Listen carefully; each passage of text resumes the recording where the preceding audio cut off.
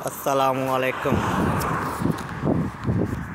जब कभी मैं इस जगह को देखता हूँ तो खुदा की कुदरत का भी आता है कि क्या खूबसूरत खुदा ने इटली को बनाया है। ये देखिए, ये जिस जगह पे हमारा कैंप है वहाँ पे ये खूबसूरत मंज़र आप देख रहे हैं। क्या खूबसूरत ये इलाका है, हर तरफ पहाड़ी इलाका।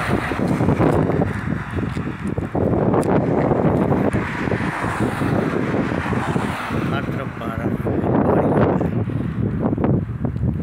क्या खूबसूरत बनाया है अल्लाह ने इटली को। ये देखिए,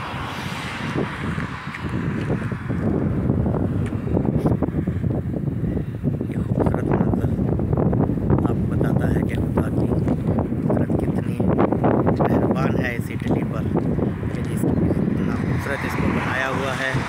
हर तरफ हरियाली ही हरियाली है।